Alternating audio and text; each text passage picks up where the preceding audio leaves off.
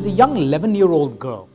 This young girl is in a village about 40 odd kilometers northeast of Bangalore. But she's gotten exposure, like all of us know, to iPhone and all of that different stuff, right? So she has seen in the same place where her mom works as help, the lady of the house have an iPhone. She told her mom, I want to get one of those. And her mom said, I can't afford that. But the lady of the house said, listen, you can play with it if you want. So the help's daughter is playing with an iPhone 4 for a few minutes a day. And after about 20, 25 days, she goes to the lady and she says, listen, what are these things over here? And the lady says, oh, they're apps. The next question she asks is, how do I get one of these phones? And the lady says, well, the people that I know who sell these apps make money. 11-year-old girl goes to an English school which has one teacher who speaks English, builds an app, 21 days, learned it herself in a village 40 kilometers northeast of Bangalore. 48 days later has 22,000 downloads in India. And a little over 3 months or so, when I finally got to know about this, made the trip out to go meet her. And she got funded $150,000 to actually build the company around it. It happens in India. The most amazing part about HR is that 90% of your organization is at least 10 years younger than most of you. 99% of your organization likes to dress like me. That's why I dress like this. I dress in sandals. I dress in t-shirts, even though I'm at least 20 years older than average age of every one of them, because they want to be able to relate. India is very, very young. That's the biggest advantage that we have that none of these other guys have. And you know what the best part is? We'll continue to be young. I'm going to tell you a story of how to tell a story. The art of telling a story is the only thing that we in the business want from HR. Stories have the power and the ability to motivate people. They have the ability to move people to do things that they never did before, regardless of budget. As a business champion to a large extent, not as a HR person, I'm finding lots and lots of ways to be able to eliminate HR people. All of you will probably hate to hear this. That's an engineer's dream. Over the last 6 months, we have been using a combination of data and algorithms to be able to understand who we should hire. I'll give you an example of how this algorithm actually works. It really does work. There are 3 kinds of people that the algorithm throws out: the good, the bad, and the ugly. And the data primarily gives you an ability to find the Batman. That's the person we're looking for, right? Anybody that doesn't want to hire superstars? The amazing thing about superstars is they're fairly clueless that they're superstars. The reason that they're superstars and the fact that they're clueless is an amazing advantage to a lot of HR people that they don't utilize it to a large extent. So we said, forget it, we will do it ourselves.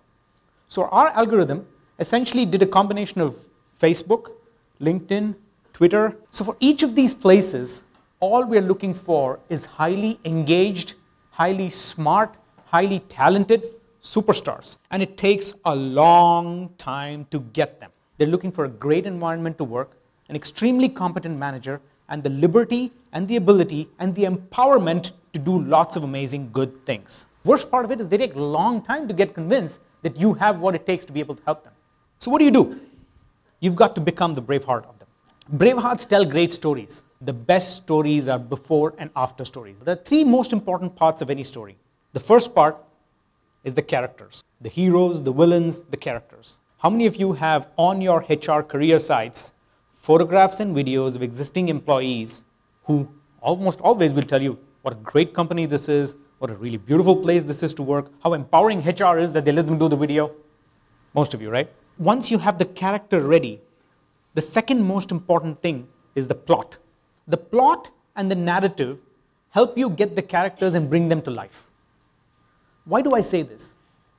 Because almost every organization right now is dealing with the inability to hire and attract people based on them saying, we'll give you a lot of money.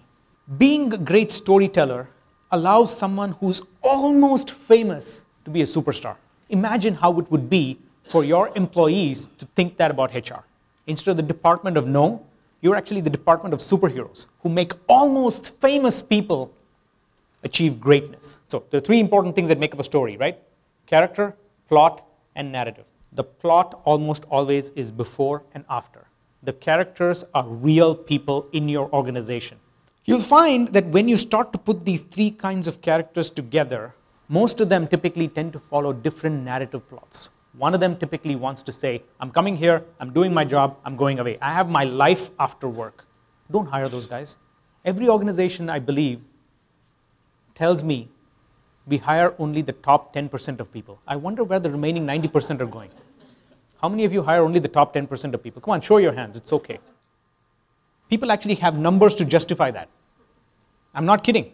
We've got 90,236,7,423 resumes, and we only selected 4. You know, really, you got 10 resumes, and Mahesh Kumar, the most eager applicant, applied for 17 positions because he thought he was valid for all 17 positions. How many of you had Mahesh Kumars apply for customer service, PHP developer, lead technical guy, sales guy, business development? Mahesh Kumar thinks he can do everything. You just give me a chance, sir. I will do it for you. The three kind of people I talked about, right? First kind of person that you want to definitely avoid. The second kind of person is the person that typically sits on the fence. Why? They also want to shop around.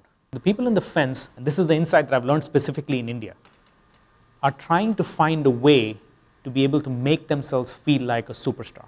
The only candidates that you need are not the passive ones, are not the active ones, are not the fence sitters, are the people that believe they can make a fundamental change and a difference. And the story to them that matters the most is the before and after. Before you come into our organization, you do this. When you get out of the organization after 2 years, 5 years, 3 years, 10 years, and when you're through the organization, you become a superstar. That's the story that most business people want you to tell the candidates the reason why they need to come and work with you. The word I used was work with you. I did not use the word work for you. Most Ben Hurs don't like to work for anybody. You know what the unfortunate part is? The only people you need to hire on an ongoing basis are people that don't want to work for you. It's not the Mahesh Kumars. It's not the fence sitter job hopping and trying to find the best deal he can get, as if he's trying to buy sabji at a market. But it's more the person who doesn't want to work for you. And the way to get them is through amazing storytelling. And the story needs to have 3 parts to it. It needs to have the characters, it needs to have the plot, and it needs to have the narrative.